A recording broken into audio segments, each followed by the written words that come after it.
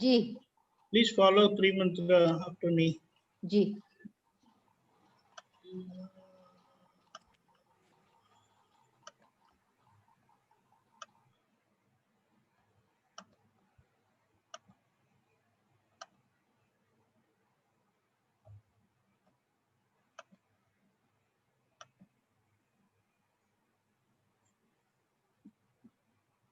नमो वितरागाय, नमो वीतरागाय, नमो अरिहंताणम, नमो अरिहंताणम, नमो सिद्धाणम, नमो सिद्धाणम, नमो आयरीयाणम, नमो आयरियाणम, नमो वज्जायाणम, नमो उवस्सायाणम, नमो लोये सवसाहुणम, नमो लोये सव्व साहुणम। ऐसो पंचन मुक्कारो, ऐसो पंच नमुक्कारो, सवपावप्रणाशनो, सव्व पावपणासनो, मंगलाणं च सौवेसिं, मंगलाणं च सव्वेसिं, परमं हवै मंगलम्। परमं हवै मंगलम्। ओम नमो भगवते वासुदेवाय, ओम नमो भगवते वासुदेवाय, ओम नमः शिवाय, ओम नमः शिवाय। जय सच्चिदानंद। जय सच्चिदानंद। जय सच्चिदानंद। जय सच्चिदानंद। I am in proxy today. Okay, good. Jai So, Sachidanand. जय सच्चिदानंद, जय सच्चिदानंद। I will ask a general question. Yeah, एक please, no problem. हाँ, अब दादा भगवान के अक्रम विज्ञान के अलावा बहुत सारे दुनिया में ऐसे साधु महात्मा बैठे हैं। वो बोलते हैं कि उनके फॉलोअर्स बोलते हैं कि वो बहुत प्योर हैं। मेरी एक फ्रेंड बताती कि वो बहुत प्योर है, कि उनका तो जरूर मोक्ष होएगा। तो मैं ऐसा पूछती हूँ कि people are pure but they don't know about Simandhar Swami और Mahavideh Kshetra, can they still attain moksha? See, एक बात ऐसी है ना, जी सात्विकता तो हमारे सारे भारत में और सारी दुनिया में बहुत जगह पर है। उस सात्विकता एक प्रकार की क्रेडिबिलिटी है मोक्ष में जाने की, लेकिन सात्विकता हकीकत में पुण्य इकट्ठा करवाती है। ये बात समझना है जी कि गलत नहीं है कि बुरा नहीं है, ऐसा जी नहीं जी कहते हैं।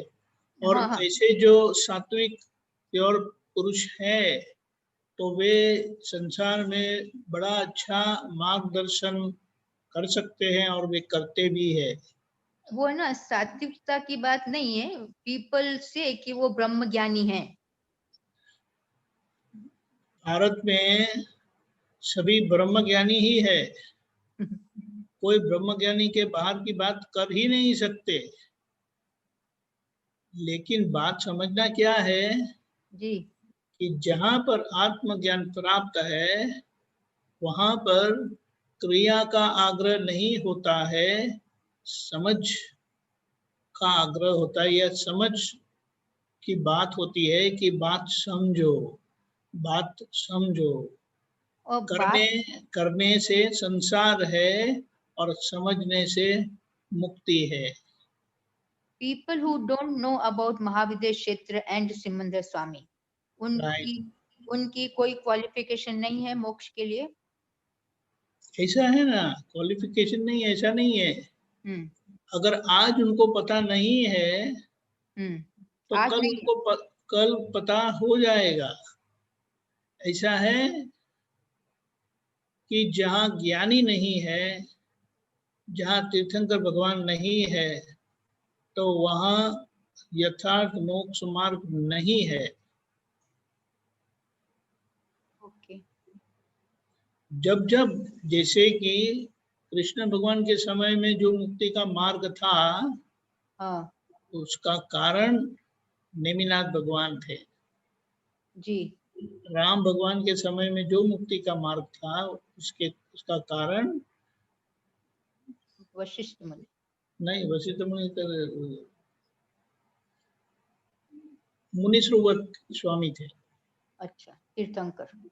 यस, ये बात समझना है। तो हमें किसी से झगड़ा नहीं है। नहीं नहीं, बिल्कुल नहीं। और ऐसा है ना हम्म कि ये बात यूनिवर्सल है, हम्म और ये अगर हम समझ में आएगी तो हमें पता चलेगा कि जो जो पुरुष ने मुक्ति का मार्ग दिखाया, हम्म तो वह आखिर में तीर्थंकर भगवान के पास ले जाता है। हम्म जो हाजिर तीर्थंकर भगवान है उनके पास ले जाता है। जाता है। अगर उनकी बात नहीं है हम्म तो ऐसा कोई तीर्थंकर भगवान की मोनोपोली ऐसा नहीं है, हम्म but that is the fact. Hmm They are the ultimate scientist. जी जी ये बात समझना है। जी जी जी। ये अगर समझ में आ जाता है तो उसमें कोई, क्योंकि आखिर में आत्मा और अनात्मा की बात और उनकी फाइनलिटी वो हम्म तीर्थंकर भगवान के पास है। होएगी। ओके। ऐसा बट है। वो उनको नॉलेज नहीं है सिमंदर स्वामी और तीर्थंकर भगवान की अभी यहाँ पे, तो भी वो वहां जा सकते हैं। ऐसा है ना कि अगर आज नहीं है तो कल हो जाएगा, ओके लेकिन उनके बगैर मुक्ति का मार्ग सोचना वो संभव नहीं है। ओके। सर्वज्ञ के दर्शन किए बगैर हम्म सर्वज्ञता प्रकट नहीं होती। जी जी तो जी। इससे कोई सर्वज्ञ की अथॉरिटी ऐसा नहीं है, हम्म but that is a fact. It is such a pattern you get or you acquire that when you see that. जी जी जी जी जैसे देखो और जानो, देखो और समझो, देखो और अनुभवो, या यू सी एंड लर्न जैसे बोलेंगे ना, जी वो जी। ऐसा है। हम्म। जी that is the ultimate level of purity की जहाँ देखने से ही काम बन जाता है। काम नहीं करता है। जी। लेकिन देखने से काम होने के लिए आपको ऐसे अधिकारी होना जरूरी है, हाँ हाँ। और ऐसे अधिकारी हो गए हम्म तो फिर आपको वो दर्शन पाने से, इसीलिए दादा भगवान ने बताया था, यहाँ ऐसा ज्ञान पाए। हम्म अगर यहाँ अगर तीर्थंकर भगवान होते तो आपको यही मोक्ष हो जाता, यह ज्ञान ऐसा है। जी जी जी। लेकिन यहाँ पर तीर्थंकर भगवान ना होने के कारण हम्म यहाँ पूर्णता नहीं है। लेकिन शुरुआत ऐसी हो जाती है जो पूर्णता के खूब निकट ले जाती है आपको, जी और आखिर में उनके दर्शन होने पर आपकी मुक्ति तुरंत हो जाती है। जी। इसीलिए ऐसा ज्ञान होने के बाद जो एक बात रह जाती है वह है सर्वज्ञ के दर्शन। दर्शन। ओके। ये बात है। जी जी, वेरी नाइस। मूल दर्शन प्राप्त होने के बाद सर्वज्ञ पुरुष के दर्शन रह जाते हैं। हाँ हाँ हाँ। ओके। ऐसा है। जी जी, वेरी नाइस। जय सच्चिदानंद। यही सच्चिदानंद, जय यही सच्चिदानंद। सच्चिदानंद। जय सच्चिदानंद। बोलिए राजेश जी। जय सच्चिदानंद। सॉरी। जय सच्चिदानंद। यही सच्चिदानंद राजेश, बोलिए। हाँ जी। तो मोक्ष की जो बात हुई, तो इसमें हम लोग यहाँ जो मोक्ष शब्द यूज करते हैं उसका मायने होता है कि अल्टीमेट मोक्ष यानी आखिरी मोक्ष। जबकि संसार व्यवहार के अंदर में मोक्ष सबका, मोक्ष जो शब्द है उसका लोग अलग अलग हिसाब से और अलग अलग स्टेजेस के लिए यूज करते हैं।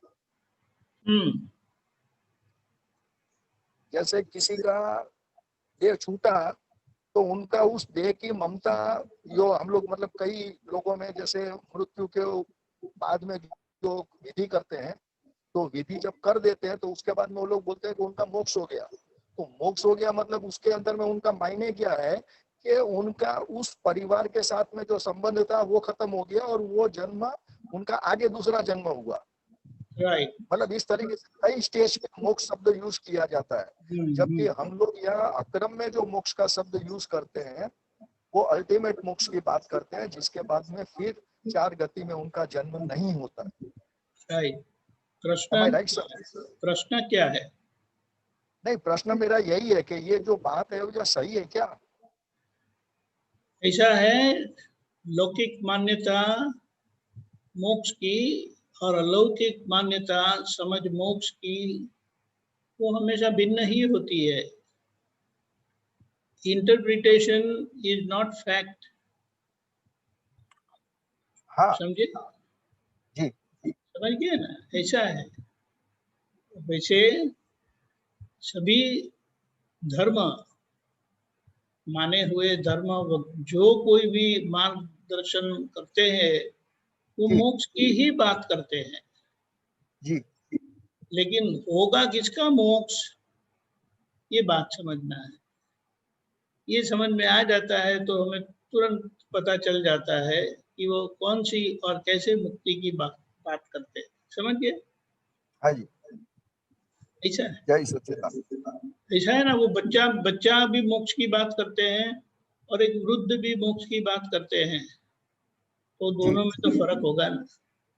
बच्चा वो गलत तो है। नहीं है, बच्चा गलत नहीं, नहीं कोई गलत नहीं है। नहीं, गलत किसी को कहने की बात नहीं है। हाँ, ऐसा है।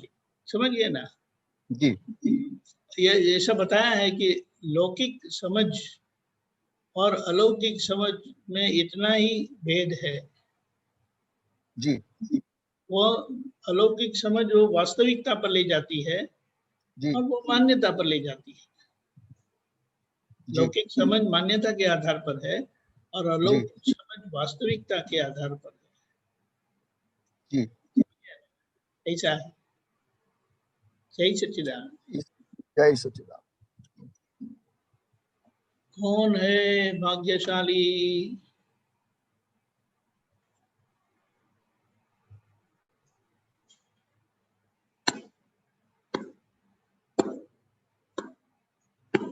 दर्शन भाई बताएंगे कुछ? ओ अशोक जी आ गए, बोलिए अशोक जी।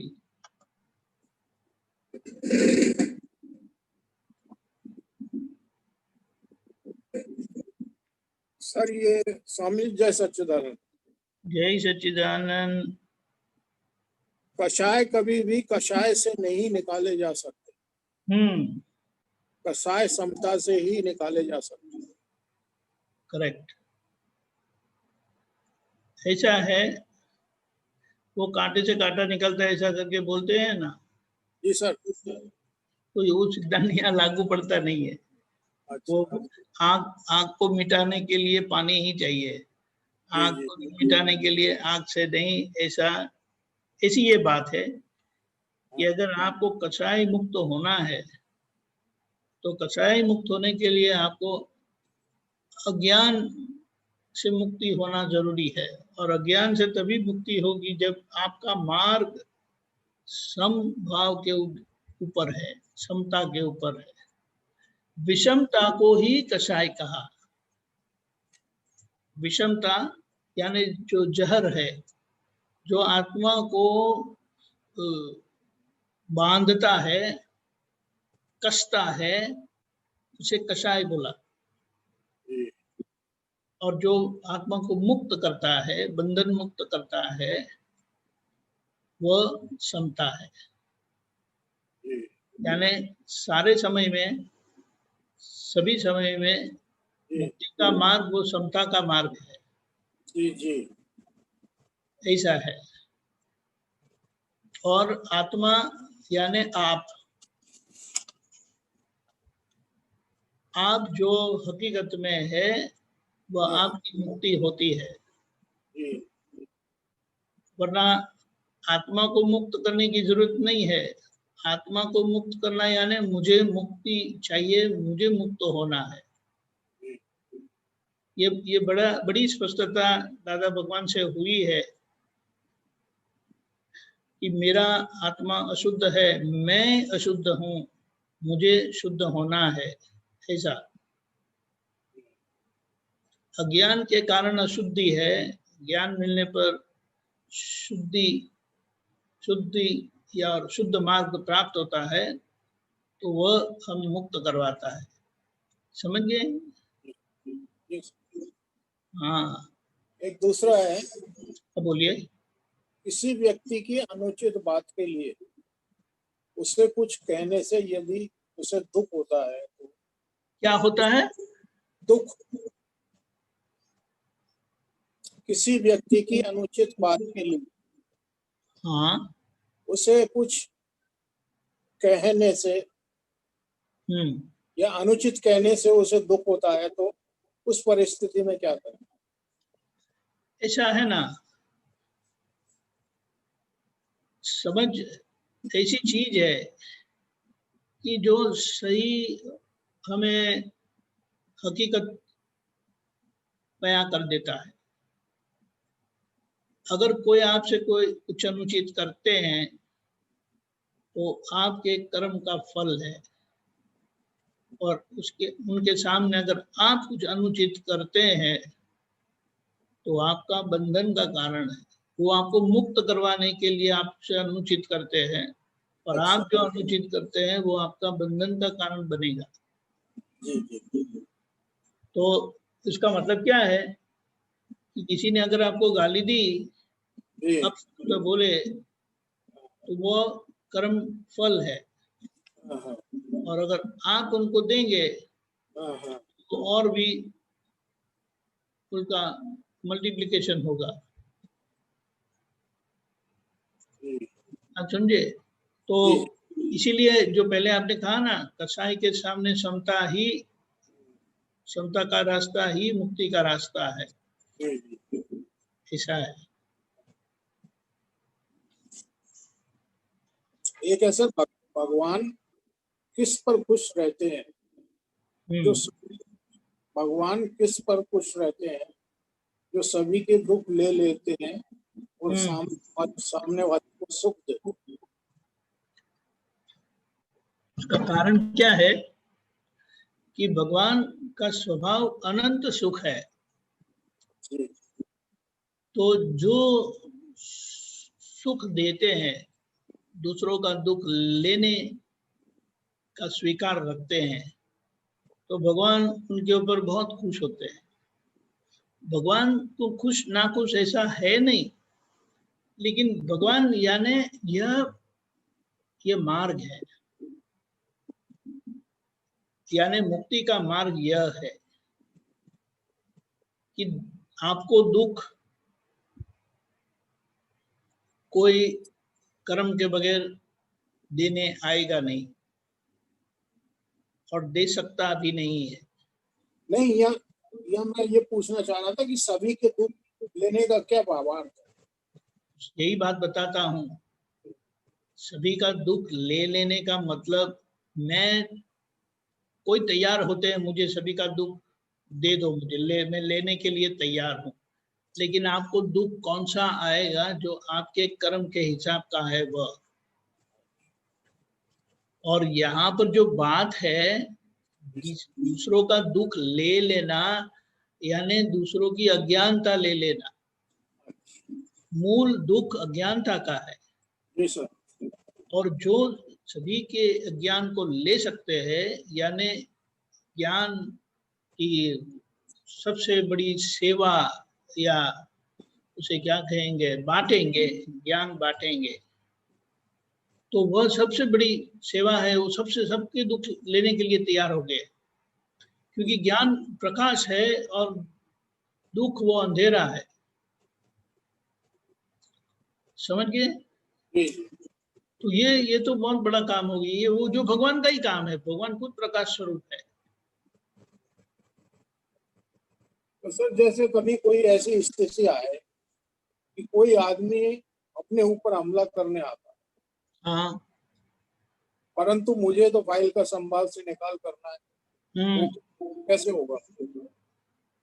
तो क्या होगा? कैसे होगा वो चीज? हमला करने आएगा तो बचाव तो करना ही पड़ेगा। इसीलिए ये इसका सबसे बड़ा और स्पष्ट उदाहरण जो है वो महावीर भगवान का है। महावीर भगवान ध्यान में बैठे थे और वहां पर स्वर्ग में देवों की सभा में इंद्र महाराज ने महावीर भगवान के बखान किए कि वो मनुष्य होकर भी महावीर करके बताया।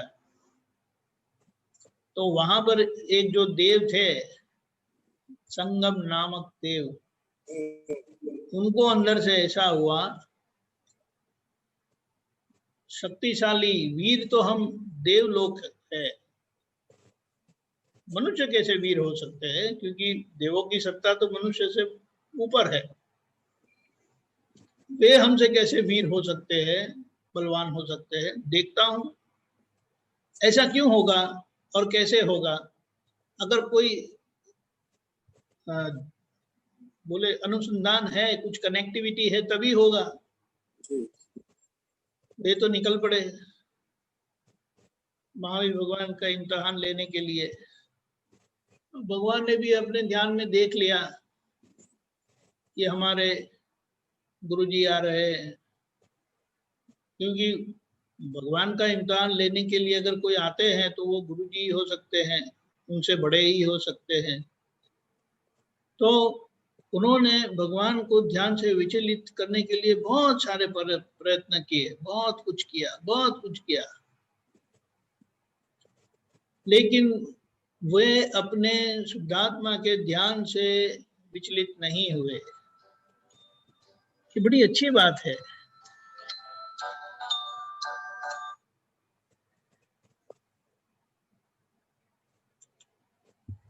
बड़ी अच्छी बात है। तो भगवान ने देखा कि आने दो, बहुत कुछ किया, यानी हमारा शुद्धात्मा के ध्यान में हमारे ही कर्म के परिणाम हमें विचलित करने आ सकते हैं।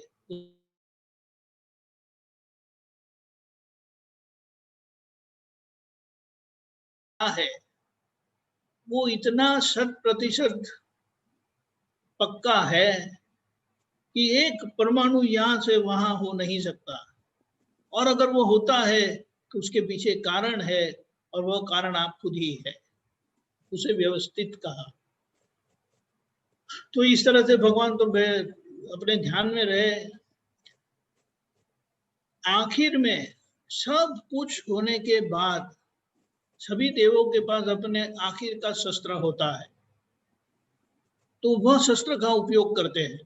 ऐसा बताया जाता है कि वह शस्त्र का उपयोग करने से भगवान प्रहार करते हैं तो भगवान जमीन से काफी कुछ नीचे चले जाते हैं उसके प्रभाव से। फिर भगवान को कुछ होता नहीं, क्योंकि ये तो चरम शरीर ही है। चरम यानी आखिर का शरीर है, वो बहुत बलवान होता है, तो पावरफुल होता है। वो शस्त्र से किसी से कुछ होता नहीं है, वो काट नहीं सकते वो शरीर को। तो वो चरम शरीर यानी उसको क्या बोलेंगे, पुद्गल भी जब प्योर होता है तो वो इतना ही शक्तिशाली है, कुछ कर नहीं सकते। फिर भी भगवान तो फिर बाहर आ गए और फिर वो बोलते गए, ठीक है आप है महावीर करके, क्योंकि उनकी सभी इम्तिहान उन्होंने ले लिया। आखिर का जो इम्तिहान था वो उनका खुद का शस्त्र था, जो सबसे पावरफुल होता है, वो भी भगवान को कुछ कर नहीं पाया, भगवान को उनके ध्यान से विचलित नहीं कर पाया। तो वो आखिर में ऐसा बोले और चल पड़े। तो ये शास्त्र में किसी बात आती है कि भगवान को वो ऐसे ही चले गए, किसी भी प्रकार का पश्चाताप किए बगैर। ऐसा बोलते हैं कि भगवान को आंखों में 2 अश्रु आए थे कि आप किसका इम्तिहान लेने आए, थोड़ा तो सोचना चाहिए। लेकिन ये कर्म का परिणाम ऐसा है ना, तो किसी को वो ज्ञान नहीं देता। आप समझे? ऐसा करुणा से कि आप जिनका इम्तिहान करने आए, जिनका बखान उनके जो राजा है, देवलोक के राजा है इंद्र महाराज, अगर उन्होंने किया तो उसके पीछे कुछ होगा कि नहीं, लेकिन फिर भी ये कर्म का हिसाब ऐसा होता है, ये बात है। तो भगवान बिल्कुल विचलित हुए ही नहीं, और हिसाब के बाहर होता ही नहीं है, कोई अपनी मर्जी से कुछ नहीं कर सकते। इतना विश्वास से दादा भगवान ने इसकी स्पष्टता की है, जो हमें हमारे संबंध में उसकी निश्चिंता कर लेनी है कि अगर हमारे साथ कोई कुछ भी करता है तो उसके पीछे हमारे कर्म का ही हिसाब है। हमारे कर्म का यानी पुद्गल का हिसाब पुद्गल से पूरा होता है, पुद्गल में पूरा होता है, और सामने वाला पुद्गल ही होगा। तो इस तरह से भगवान स्वस्थ रहते हैं। और भगवान ने क्या कहा पता है? आपके कहने से मैं महावीर नहीं हूँ, किसी के कहने से मैं महावीर नहीं हूँ, मैं तो हूँ ही महावीर। ये बात समझना है, ऐसा हमारा स्वरूप है। किसी के बताने से, किसी के कहने से, किसी के मनवाने से हम नहीं है, हम है। ऐसा हमारा स्वरूप है और उसे समझना है और उसी स्वरूप में अविरत रहना है। समझ गए? तो स्वामी जी, जैसे कभी किसी से कोई वाद विवाद हो जाता है, हाँ, तो कोई अपन से भी कोई अनुचित कार्य हो जाता है, तो वो भी व्यवस्थित माने? ऐसा है, जो होता है वो व्यवस्थित ही है। हाँ। लेकिन अगर हमारी गलती को हम व्यवस्थित मानेंगे तो हम उसका रक्षण कर रहे हैं। नहीं, वो तो रक्षण तो कर ही रहे हैं, लेकिन उसकी शुद्धि कब होगी? गलती को ही मैं सही करके बैठ जाता हूँ तो वो उसकी शुद्धि होगी नहीं कभी। शुद्ध करने के लिए आपको वो गलती को स्वीकार करना पड़ेगा। इसीलिए ये कहा कि मुझे जगत कल्याण करने का निमित्त बनने की शक्ति दे। अच्छा। उसका मतलब क्या है? मुझे मेरा कल्याण करना है और निमित्त भाव से करना है, कर्ता भाव से नहीं। यानी मैं मेरी शुद्धिकरण अकर्ता भाव से करना है मुझे, और यही बताया है। इसीलिए सारी आज्ञा में कर्ता भाव होने पर भी वो निमित्त भाव है, लेकिन फिर भी वो कर्ता भाव होने के कारण वो पुण्यानुबंधी पुण्य का कारण होता है, जो हमें सिमंदर स्वामी भगवान के पास ले जाता है। समझ गए?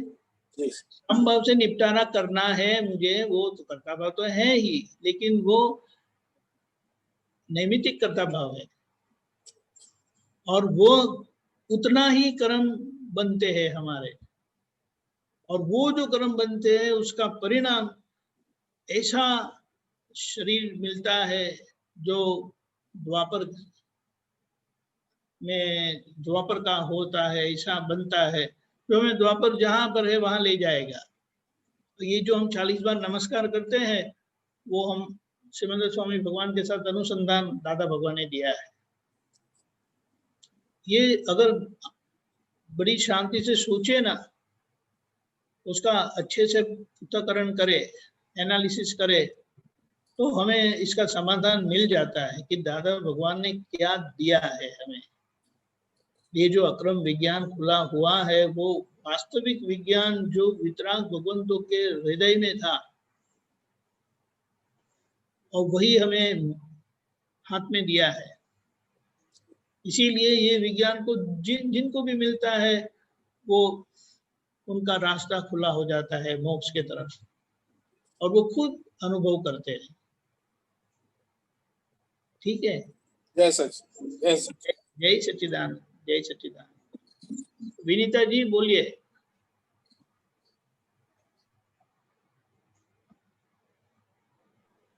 जय सच्चिदानंद। जय सच्चिदानंद। स्वामी जी, मेरा प्रश्न था कि व्यवस्थित शक्ति में दखल नहीं करनी है, तो हमें कैसे पता चले कि व्यवस्थित शक्ति में हम दखल कर रहे हैं? देखो ऐसा है जी, ऐसा ज्ञान, और यह ज्ञान मिलने के बाद हमारे पास एक ही बात रह जाती है, देखना।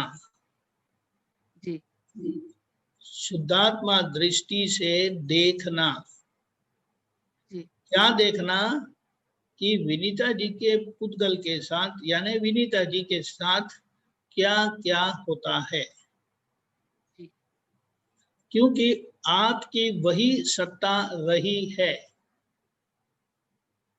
अच्छा जैसे हमें विधि, चरण विधि में बुलवाते हैं कि डक को डकल करो नहीं, जी केवल देखभाल करने की शक्ति दो।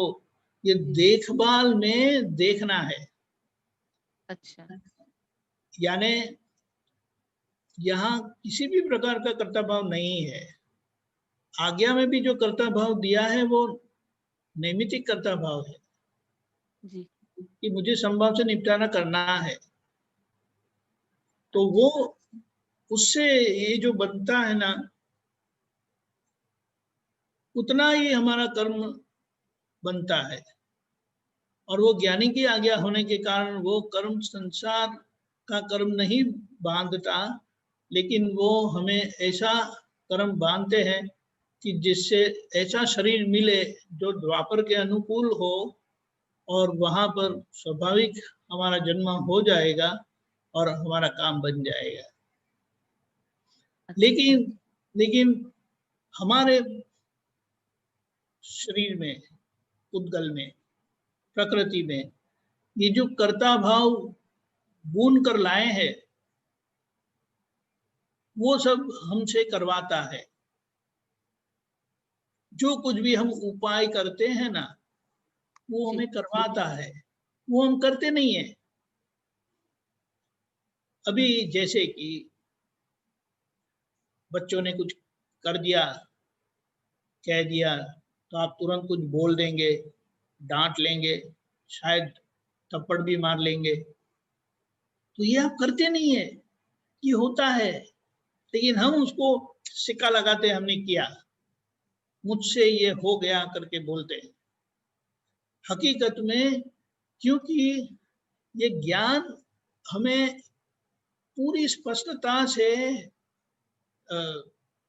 बताता है कि क्रिया और क्रिया की शक्ति किसकी है, और जानना और जानने की शक्ति किसकी है। और ये जो कुछ भी हमसे होता है, वो जो प्रकृति में आगे से बुन कर लाए हैं, जिसका हमने संभव से निपटारा नहीं किया है, वो हमसे करवाता है, और उसका हमें संभव से निपटारा करना है। जो कुछ भी होता है, जो हमेशा होता है कि ये करना है, ये करना है, वो नहीं करना है, वो है।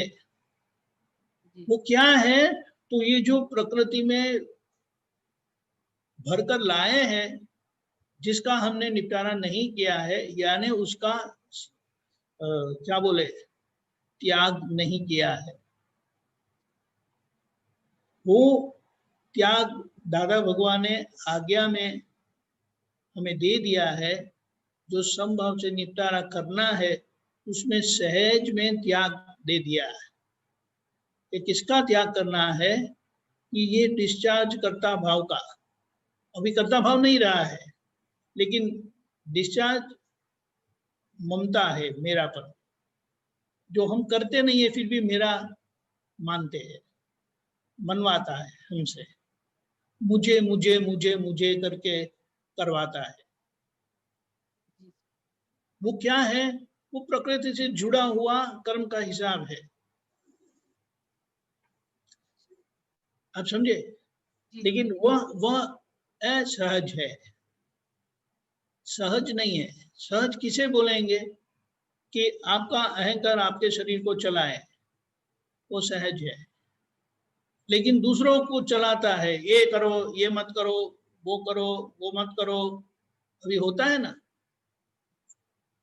और हम लोग जो बोलते हैं वो हम स्वीकारते नहीं है।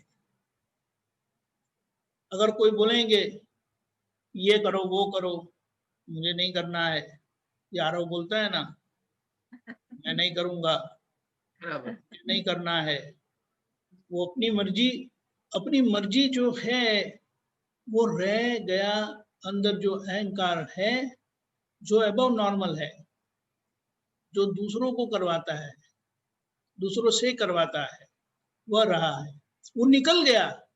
तो दादा भगवान जैसे बताया उन्होंने, गठरी जैसे हो जाएंगे, पोटला ऐसे हो जाएंगे। कोई बुलाएंगे करवाएंगे तो करेंगे, वरना आप वहीं के वहीं है।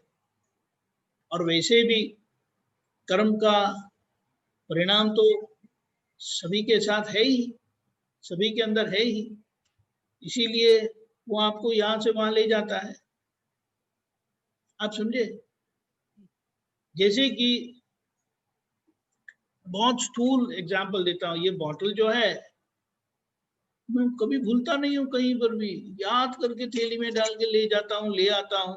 कहाँ होके आई है ये, कहाँ जाके आई है, अभी वो मेरे पास ही है।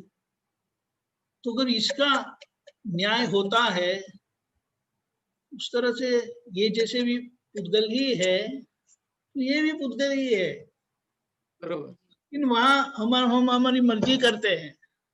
और महावीर भगवान ने अपनी मर्जी नहीं चलाई, बोले अब हम निकल पड़े।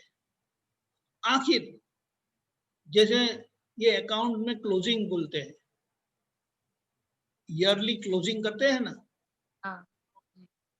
तो सब अकाउंट फाइनल कर देते हैं। तो उस तरह से हमारा मोक्ष का मार्ग यानी सब क्लोजिंग कर देना है, कर्म का अकाउंट को क्लोज कर देना है। तो क्रेडिट भी नहीं और डेबिट भी नहीं, पाप भी नहीं और पुण्य भी नहीं। तो उसका मतलब क्या है? कोई कर्म नहीं, शेष जीरो। यानी अघाती कर्म का तो हम निपटारा कर ही लेते हैं, तभी केवल ज्ञान होता है। केवल ज्ञान होने के बाद जो अघाती कर्म है, आयुष्य, वेदनीय, नाम और गोत्र, उसका भी निपटारा हो जाता है। लेकिन उसका निपटारा करने के लिए कुछ करना नहीं होता है, वो स्वभाव से खाली हो जाता है। इसीलिए महावीर भगवान को केवल ज्ञान होने के बाद भी 30 साल उनका आयुष्य शेष रहा था। जो 30 साल में उनका लोगों का कल्याण हुआ उनसे। और वो समय को बढ़ाने के लिए देवों से विनती आई कि प्रभु कुछ समय आप आयुष्य बढ़ा दो, तो ये जो वो ग्रह, उसको क्या बोलते हैं, नाम भूल गया मैं, शूद्र ग्रह, वो उदयमान हो रहा था, भस्म ग्रह। जो बोले कि अगर वो भस्म ग्रह उदयमान होगा तो भारत पर इसकी बड़ी विकट परिस्थिति खड़ी होगी कि ये मुक्ति का मार्ग बादल में छा जाएगा। भस्म ग्रह बताया उसे। तो भगवान ने कहा मेरी सत्ता के बाहर की बात है, क्योंकि मैंने मेरी सत्ता को पहचान ली है। आयुष्य वो पुद्गल की सत्ता है, पुद्गल से जुड़ा हुआ है, और वो कुदरत की सत्ता है, मेरी सत्ता नहीं है। फिर भी उन्होंने अपने ज्ञान में देखकर बताया कि आप जो विपरीत परिस्थिति की बात करते हैं वो 2500 साल का ही समय है। 2500 साल के बाद दोबारा यहाँ वही ज्ञान प्रकाश खुला होगा, ऐसा बताया था। बराबर। तो ये बात है। इसीलिए भगवान ने वो सत्ता कभी कुदरत की सत्ता में अपना हाथ डाला ही नहीं। वो कुदरत ही है, उसमें प्राकृतिक ही है, किसी की चलती नहीं है। लेकिन हम जो चाहते हैं, करते हैं, करवाते हैं, वो अंदर जो भरा हुआ हिसाब है ना, मसाला, जैसे दादा भगवान उसकी स्पष्टता इस तरह से की, जो हमसे करवाता है, क्रिया करवाता है, क्रोध करवाता है, मान करवाता है, मानक, क्रोधक, लोभक, मोहक, लेकिन वो सब डिस्चार्ज परिणाम है। और डिस्चार्ज परिणाम का मतलब क्या है? भुगतान। और सभी भुगतान में से गुजर के निकल जाएंगे, हमारा काम पूरा। और जब तक शरीर है भुगतान है, इसीलिए भुगतान से हमारी मुक्ति नहीं अटकी है, रुकी है, अज्ञानता के कारण। और वो अज्ञान नहीं रहा, वो जब केवल ज्ञान हो जाता है तब जो रहता है, तो आखिर का परिणाम क्या है, मुक्ति का आखिर का परिणाम क्या है? तो बताया, अनंत अव्ययवाद सुख की अनुभूति। अनंत सुख का स्वाद मिलता है, अनुभव करते हैं केवल ज्ञान होने पर। लेकिन अनंत अव्ययवाद, वो जो सुख का अनुभव है, वो ऐसा बताते हैं कि जब ये शरीर छूटता है, निर्वाण होता है, परिनिर्वाण बोलते हैं, तभी ये अव्ययवाद सुख का अनुभव होता है और वो कायम ही रहता है। तो हम उस प्रोसेस में आ गए हैं, उस प्रक्रिया में आ गए हैं। तो अभी हमें इसीलिए बताया कि आप देखते रहो, और जो आपसे होता है, करते हैं, करवाते हैं, तो उसका संभव से निपटारा करो। वो जो भरा हुआ मेरापन है, वो मेरापन करवाता है, वो आपका नहीं है। वो अंदर से समझ के रहो, समझते रहो अंदर। मतलब जो प्रयास करने की जो भी इच्छा होती है, वो सब भरा हुआ है। हाँ, वो प्रयास बना है ही नहीं, भगवान को प्रयास है ही नहीं। अच्छा। अप्रयत्न स्थिति। लेकिन वह कारण स्वरूप से है, हमारे अंदर कारण स्वरूप से है। और ये जो भरा हुआ भाग है ना, वो हमें हमसे करवाता रहता है, प्रयास करवाता रहता है, लेकिन हम उसमें नहीं है। वो समझना है, वह देखना है। समझना यानी देखना है कि ये मुझे प्रयास कौन करवाता है, उसका करने वाला मैं नहीं हूं। इस तरह से, इसीलिए देखना ही शेष रह जाता है। और जहां जहां यह मेरापन भी होता है, वो मेरा नहीं है, वो समझते जाओ। ये समझना वही मुख्य बात हो जाती है। और ये समझ में आ जाएगा तो आप देखते ही रहेंगे, यानी समझते ही रहेंगे कि यह जो क्रिया का भाग है, वो मेरा नहीं है। मेरा तो केवल जानने का भाग ही मेरा है। तो जब तक ये मेरापन है, तो ये प्रयास भी होगा, औपचारिक प्रयास भी होगा, और फिर वो औपचारिक प्रयास भी बंद हो जाएगा, सहज हो जाएगा। और वो आज्ञा में हमारा हो रहा है, आज्ञा से वो सहजता हमारी प्रकट हो रही है, कारण स्वरूप से, जिसके लिए हम संभव से निपटारा की आज्ञा का पालन करते हैं। उतना ही हमें बंध का कारण बनता है, जो हमें वहां शिवेंद्र स्वामी भगवान के पास ले जाएगा, कि जहां वो पूर्णता से केवल ज्ञान स्थिति का दर्शन होने पर वो स्थिति हमारी प्रकट हो जाएगी। क्योंकि वो करने से नहीं होती है, वो देखने से ही होती है। इसीलिए आखिर का देखना भी वो रहता है, रह जाता है, जो देखने पर केवल ज्ञान खुला होता है। और उसकी शुरुआत यहाँ हो जाती है, और काफी पूर्णता के करीब हम आ जाते हैं। एक ही कदम रहता है कि यहाँ वहां गए और पूरा था। इसीलिए कहा कि हमारे शरीर में बहुत शक्ति है, पुत्र बहुत शक्तिशाली है, लेकिन हमारी समझ कमजोरी वाली है, इसीलिए हम कमजोर है ऐसा महसूस करते हैं, वरना है नहीं। इसीलिए जैसा ऐसा कुछ होता है तो बोले आप बोलो मैं अनंत शक्ति वाला हूँ, मैं अनंत शक्ति वाला हूँ, तो उसकी असर नहीं होगी।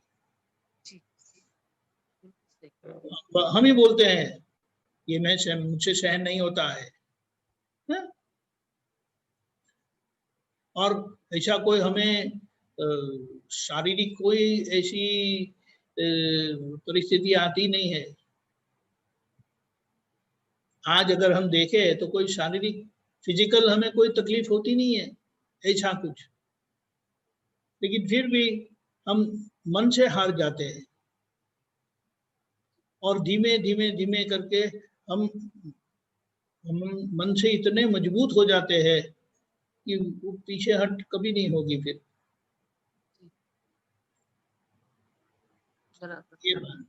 ये बात अमित जी आप कुछ बोलेंगे? नहीं, बढ़िया सा है, बिल्कुल। जय सच्चिदानंद। एक मिनट, एक और पूछना था कि जैसे इतना तो है कि जैसे पुद्गल को देखना है, मन को देखना है, वो क्या करता है, ये जानना क्या है? जानना देखने का परिणाम है, समझने का परिणाम है। समझना वो पुरुषार्थ है और पुरुषार्थ का परिणाम वो जानना है। उसका मतलब क्या है? आप अपना स्वरूप टंकोत्कीर्णवत ऐसा असंग निर्लेप शुद्धात्मा हूँ, वो आप समझते जाएंगे। मैं अनंत सुख वाला हूँ ऐसा समझते जाएंगे। तो ये बाहर से सुख लेना और बाहर के यानी प्रकृति में जो कुछ भी होता है उसकी जो असर होती है वो असर बंद हो जाएगी। फिर जी, मतलब ज्ञान अप्लाई करना है एक तरीके से, जैसे हाँ, ज्ञान का अप्लाई यानी उसका उपयोग करके समझना है कि यह प्रवृत्ति जो है वो प्रकृति की है, मैं शुद्धात्मा हूँ। बहुत बढ़िया। क्योंकि अभी भी उसी को ही ढकाढकल बताया है कि जो क्रिया जो प्रक्रिया आपकी नहीं है उसकी क्यों झंझट करते हैं आप। इसीलिए एक बात बड़ी अच्छी आई थी कि महावीर भगवान जब घर से निकले यानी कि दीक्षा ली, तो पहले ही जैसे वो जा रहे थे, गुजर रहे थे, तो उनके पिताजी के मित्र थे, वो अपना उद्यान चलाते थे। तो ऐसा बताया यानी हम बोलेंगे आश्रम चलाते थे। तो भगवान को आमंत्रित किया कि आप साधना ही करने वाले हैं तो हमारे इधर आके करिए, हमारे वहां और भी साधक है। तो भगवान ने मना नहीं किया, वे वहां गए। वे तो आत्म साधना कर रहे थे, उनको करनी थी। और ये बात क्या है, यहाँ भारत में जो जो धर्म की बात करते हैं वो आत्म साधना की ही बात करते हैं, अध्यात्म की ही बात करते हैं, लेकिन वो अध्यात्म कहकर क्या करते हैं वो प्रश्न चिन्ह है, वो गलत नहीं है। मोक्ष की बात लौकिक से लेकर अलौकिक तक की है, वो सभी मोक्ष की ही बात करेंगे, लेकिन वो क्या करते हैं उसके पर क्रिया करते हैं और बोलते हैं हम मोक्ष मार्ग में है, तो वह लौकिक मार्ग है। वो लौकिक करते करते जो पुण्य का कारण बनता है तो उन्हें अलौकिक प्राप्त होगा जब वो सभी क्रियाओं से मुक्त हो जाएंगे।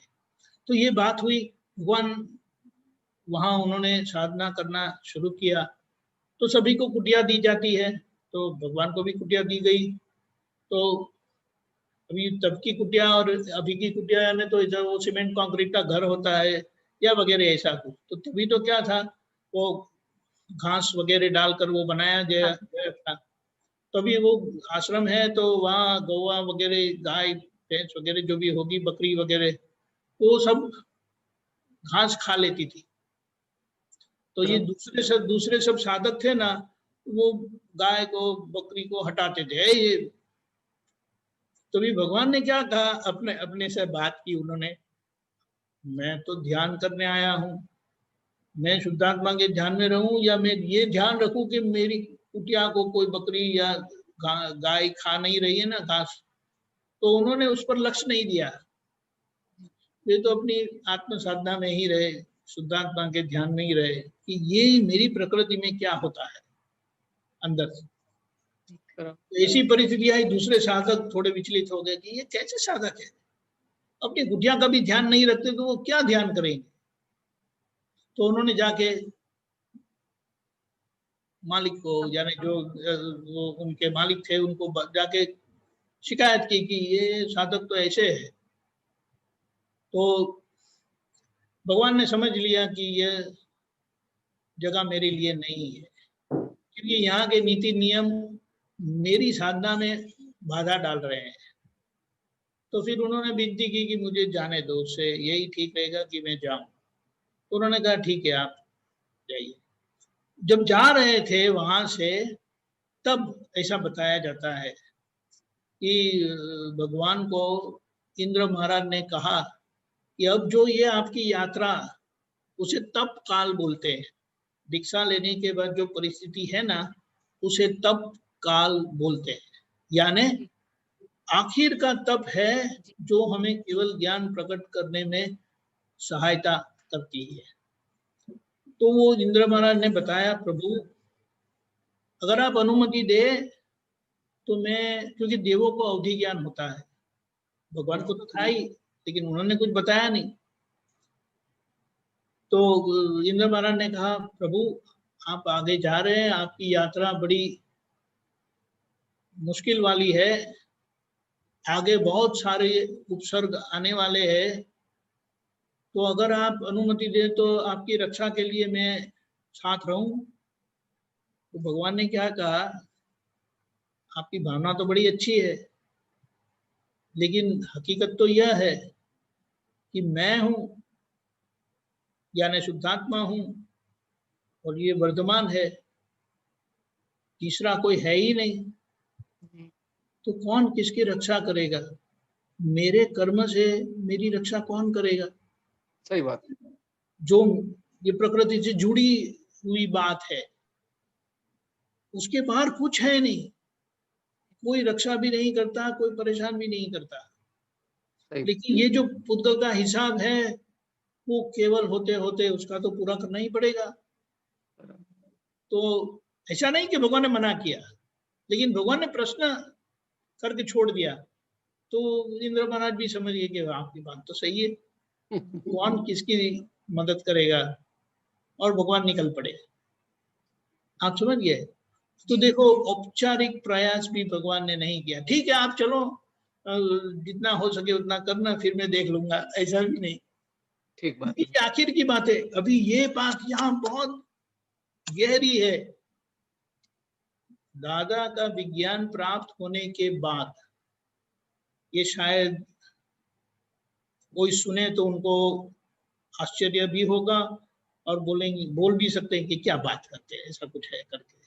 लेकिन ऐसी परिस्थिति में हमें रख दिया है, बिठा दिया है, जो महावीर भगवान ने दीक्षा लेने के बाद उनकी परिस्थिति थी, तप काल था, वो हमारे लिए वही तप काल है जहां हमें आज्ञा में रहकर तप में रहना है।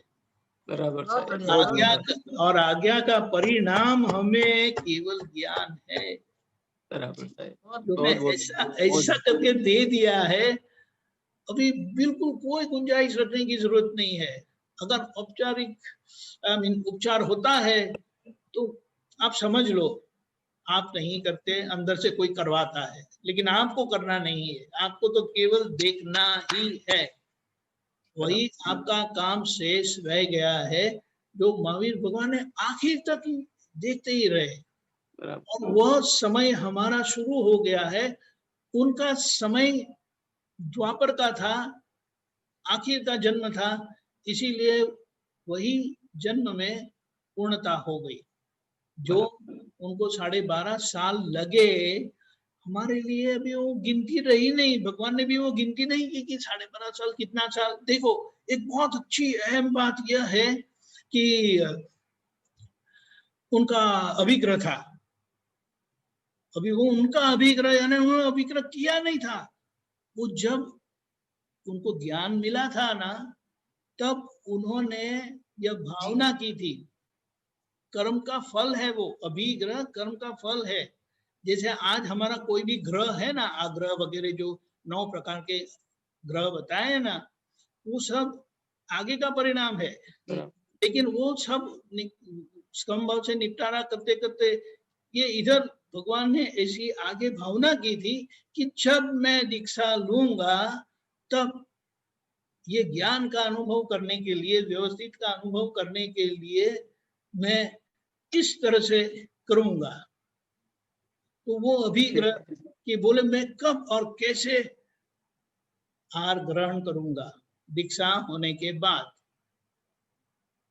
बोलिए, तो ये बात तो देखना है कि कितना कॉम्प्लिकेटेड अभिग्रह है। बहुत कॉम्प्लिकेटेड, सही बात है। पहला कि वो राजकन्या होनी चाहिए, राजकन्या मुंडन होना चाहिए, सही बात है। अटम तप का व्रत होना चाहिए, बराबर। फिर दहलीज के एक पग बाहर और एक पग अंदर, पैरों में बेड़ियां, शाम का समय, शाम का समय, आंखों में अश्रु, पैर में बेड़िया। अभी ये सब उन्होंने अभिग्रह में किया था कि जैसे पूरी ऐसा है ना, अपना आपको निचोड़ देना है कि देखते हैं ये कैसे होगा। लेकिन उन्होंने ये भावना की थी, व्यवस्थित की शक्ति गजब। तो ये देखना है कि किसी भी प्रकार का प्रयास किए बगैर यह अभिग्रह उनका 5 मास 25 दिन के बाद स्वाभाविक परिपूर्ण हुआ। बिल्कुल हुआ। और उनको उस वक्त ये जो व्यवस्थित का अनुभव हुआ होगा, वो सोचिए कि क्या हुआ होगा। लेकिन वो जो अनुभव किया था उसका परिणाम आया। मुझे तो लगता है कि उनका जो कल्याण भावना, कल्याण की जो भावना थी ना, वो यही सिद्ध करती है कि किसी भी प्रकार का प्रयास किए बगैर, अभी कोई ऐसा बोल सकते हैं भगवान है, अवधि ज्ञान तो होता ही है, तो उनको तो पता चल गया होगा कि ये मेरा अभिग्रह कब खत्म होगा, तो मैं 5 मास और 25 दिन के बाद ही आहार लेने जाऊंगा। लेकिन नहीं, भगवान हर रोज आते थे, सुबह और शाम। सही बात, बराबर। ये प्रयास उन्होंने नहीं किया। सही बात है। लोगों को बताया, क्योंकि ये व्यवहार है ना, व्यवहार में अगर आप कुछ नहीं करेंगे तो लोग बोले कि भगवान ने कुछ नहीं किया तो हमें भी कुछ नहीं करना है। बिल्कुल परफेक्ट है, बिल्कुल परफेक्ट। ये इसकी गहनता समझना बहुत मुश्किल है, लेकिन हमें धीमे धीमे ये सब पकड़ में आता है, समझ में आता है कि देखो हर रोज आते थे वो शाम जो आहार का, और वो भी जो भी लेते थे, लेकिन केवल ज्ञान के बाद स्थूल आहार बंद हो जाता है, ऐसा बताते हैं। हम तो ये जानते नहीं, लेकिन ऐसा बताते हैं। लेकिन तब वो आए थे, लेते थे, और ये बात है 12.5 साल, और उसमें ये 5 मास और 25 दिन यह स्वाभाविक पूर्ण हुआ।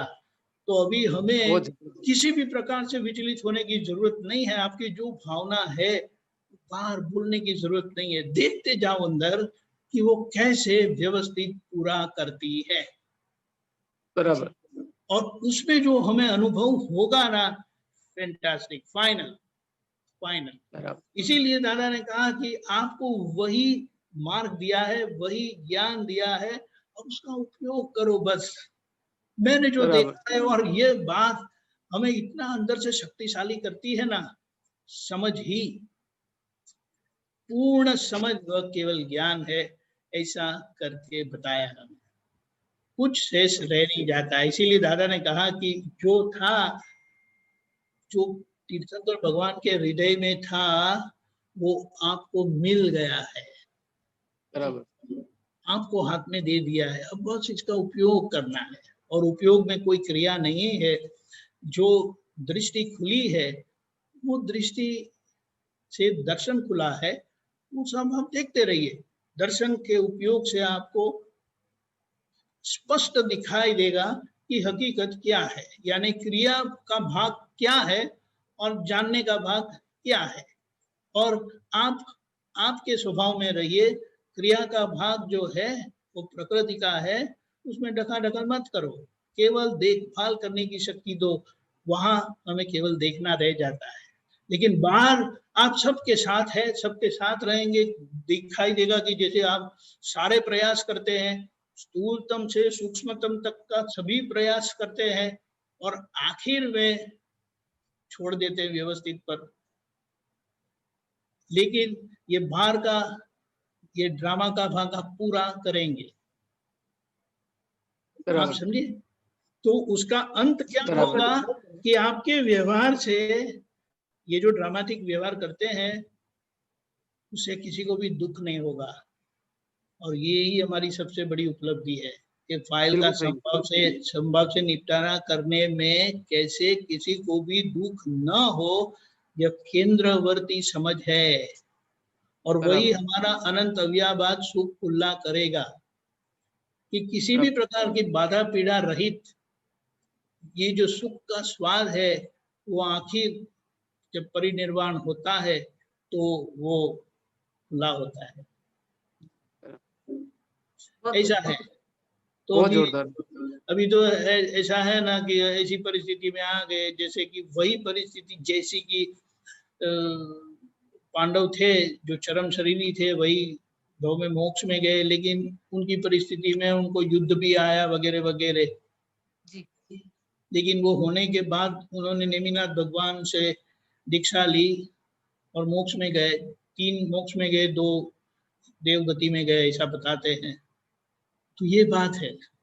और वो क्या है, तो सब गलतियां जो हम प्रकृति में बूंद कर लाए हैं वो सब होगा, लेकिन उस पर हम पूरी नजर रखेंगे, बहुत कड़क नजर रखेंगे। और जहां जहां किसी को भी तनिक भी दुख होता है तुरंत प्रतिक्रमण करके आगे चलेंगे, क्योंकि करते नहीं होता है।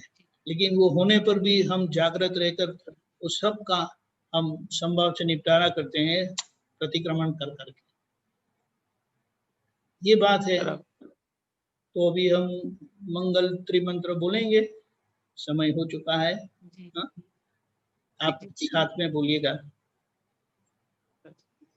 नमो वितरागाय, नमो वितरागाय, नमो अरिहंताणम, नमो अरिहंताणम, नमो सिद्धाणम, नमो सिद्धाणम, नमो आयरीयाणम, नमो आयरीयाणम, नमो वज्रायाणम, नमो वज्रायाणम, नमो लोये सव्व साहुणम, नमो लोये सव्व साहुणम, ऐसो पंच नमोकारो, ऐसो पंच नमोकारो, सव्व पाव प्रणासनो, सव्व पाव प्रणासनो, मंगलाणं च सव्वेसिं, मंगलाडं च सव्वेसिं, परमं हवै मंगलम्, परमं हवै मंगलम्। ओम नमो भगवते वासुदेवाय, ओम नमो भगवते वासुदेवाय, ओम नमः शिवाय, ओम नमः शिवाय। जय सच्चिदानंद, जय सच्चिदानंद, जय सच्चिदानंद। जय सच्चिदानंद। आगे का प्रोग्राम इस तरह से है। अभी 4:30 बजे कविराज के पद और आरती है, 6:30 बजे यूथ फोरम, 7:45 बजे जूनियर फोरम, 9 बजे वर्ल्ड वाइड सत्संग और एक और अनुभव लेकर प्रस्तुत होंगे। हम जब से पधारे। जय सच्चिदानंद। सॉरी अनम्यूट करना है। जय सच्चिदानंद, जय सच्चिदानंद, जय सच्चिदानंद, जय सच्चिदानंद। जय